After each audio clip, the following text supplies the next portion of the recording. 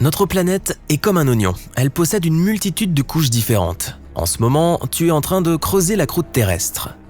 Elle est semblable à une coquille d'œuf dure, fine et résistante.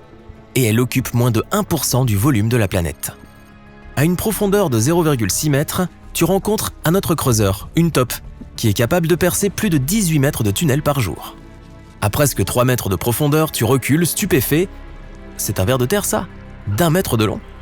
Tu descends à plus de 7 mètres sous terre, tu ne verras plus les racines des plantes de la forêt tropicale.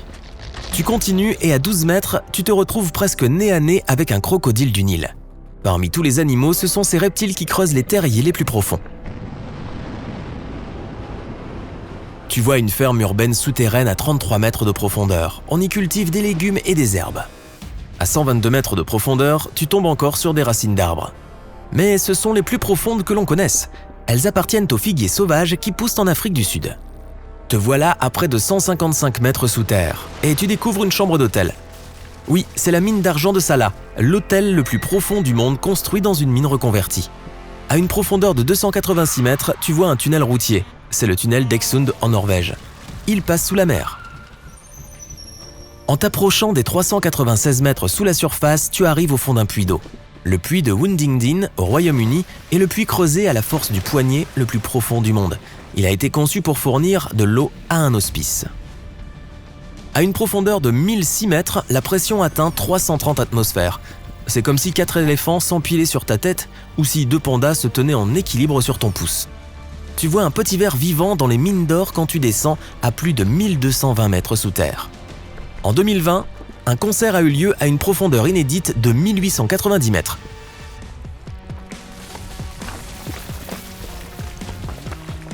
Les Shaft Bottom Boys se sont produits à la mine Creighton de Vail, au Canada. Tu descends encore et tu vois la mine d'or d'Homestake, à près de 1520 mètres sous la surface. Avant sa fermeture, en 2002, c'était la mine d'or la plus profonde et la plus grande d'Amérique du Nord. En 1965, des scientifiques ont réussi à détecter et à compter de minuscules particules subatomiques provenant du Soleil, et cela s'est passé dans un laboratoire situé à l'intérieur de la mine. Encore un peu plus profond, et les températures sont glaciales. C'est le permafrost, une épaisse couche de terre gelée qui ne se réchauffe jamais, pas même en été. On la trouve surtout dans les régions polaires et son épaisseur est maximale dans le nord de la Sibérie. À environ 1980 mètres sous la surface, tu trouves encore quelques créatures vivantes. Ce sont des colamboles, de minuscules insectes sans yeux qui vivent dans la grotte extrêmement profonde de Krubera en Géorgie. Le pays, pas l'État. À une profondeur de presque 2190 mètres, tu atteins le fond de la grotte de Voronia en Géorgie. C'est la grotte la plus profonde que l'on connaisse. Si tu t'étais rendu à la mine Creighton au Canada en mai 2005, tu aurais entendu la plus profonde émission de radio en direct. Elle a été réalisée à une profondeur à 2342 mètres, soit environ 150 mètres au-dessous de la grotte de Voronia. L'ascenseur à puits unique, le plus profond de la planète, atteint 3110 mètres de profondeur. Et l'animal multicellulaire à l'habitat le plus profond que l'on connaisse vit à 3600 mètres dans la mine de Totona, en Afrique du Sud. C'est un ver minuscule mais incroyablement robuste, qui peut survivre à des températures extrêmes et à la déshydratation.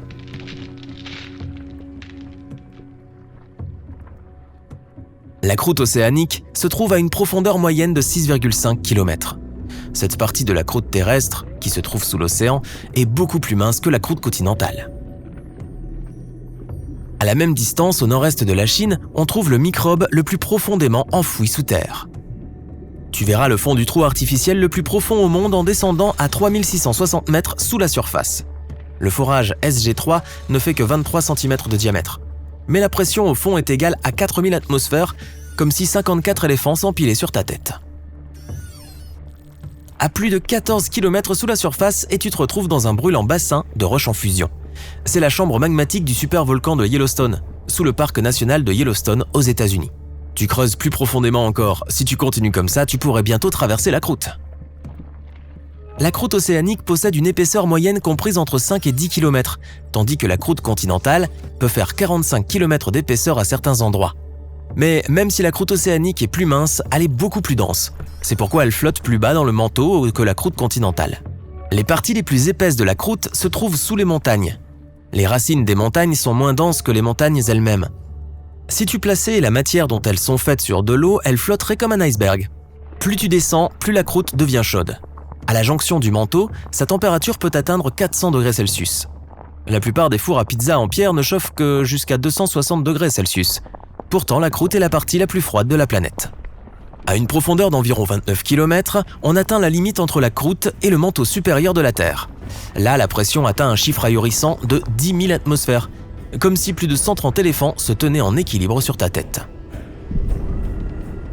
Le manteau est une couche de roche chaude qui représente les 2/3 de la masse totale de la Terre et 84% du volume de la planète. Elle a une épaisseur de 2900 km et est constituée d'un mélange de fer, de silicium, de magnésium, d'oxygène et de pâte à modeler. Bon d'accord, pas de pâte à modeler. La roche la plus proche de la partie intérieure du manteau est semi-solide, comme un bonbon au caramel. La chose la plus fascinante que tu verras en voyageant à travers cette couche, ce sont les diamants. Les géologues pensent même que tous les diamants que nous exploitons aujourd'hui se sont formés dans le manteau. Ensuite, il y a environ 1 milliard d'années, des éruptions volcaniques les ont fait remonter à la surface. La partie supérieure du manteau ainsi que la croûte sont brisées en d'énormes morceaux et ressemblent à un gigantesque puzzle. Ces pièces, appelées plaques tectoniques, dérivent à une vitesse paresseuse de 3 à 5 cm par an. En t'enfonçant dans le manteau supérieur, tu sentiras que les températures commencent à augmenter, de 480 degrés Celsius à 870 degrés Celsius. Et plus tu t'enfonces, plus tu transpires. Près de la limite du noyau, il fait déjà plus de 3870 degrés Celsius. La pression du manteau inférieur atteint 240 000 atmosphères, ce qui fait déjà 3280 éléphants empilés sur ta tête. À une profondeur d'environ 2900 km, tu franchis la limite entre le manteau et le noyau externe. Cette couche atteint une température de 4980 degrés Celsius, principalement à cause de la désintégration radioactive de l'uranium et du thorium. Une telle température est suffisamment élevée pour conserver le noyau externe à l'état liquide. Et même si la pression y est de presque 2 millions d'atmosphères, elle n'est pas encore assez haute pour ramener le fer à l'état solide. Le noyau externe a une épaisseur de 2400 km et est essentiellement composé de fer et de nickel, sous forme liquide. Ce liquide est brassé par d'immenses courants turbulents et génère un champ magnétique. Il s'étend dans l'espace sur 1,3 million de kilomètres et protège notre planète des vents solaires. Dans le noyau externe, le champ magnétique de la Terre est 50 fois plus puissant qu'à sa surface. Tu te trouves maintenant à plus de 4830 km sous terre. Félicitations, tu as atteint le centre de notre planète, son noyau interne. Il s'agit d'une boule de métal solide de 2400 km de diamètre, soit à peu près les 3/4 du diamètre de la Lune. Le noyau interne est immensément dense et tourne plus vite que le reste de la planète. Et il y fait presque aussi chaud qu'à la surface du Soleil, 5420 degrés Celsius.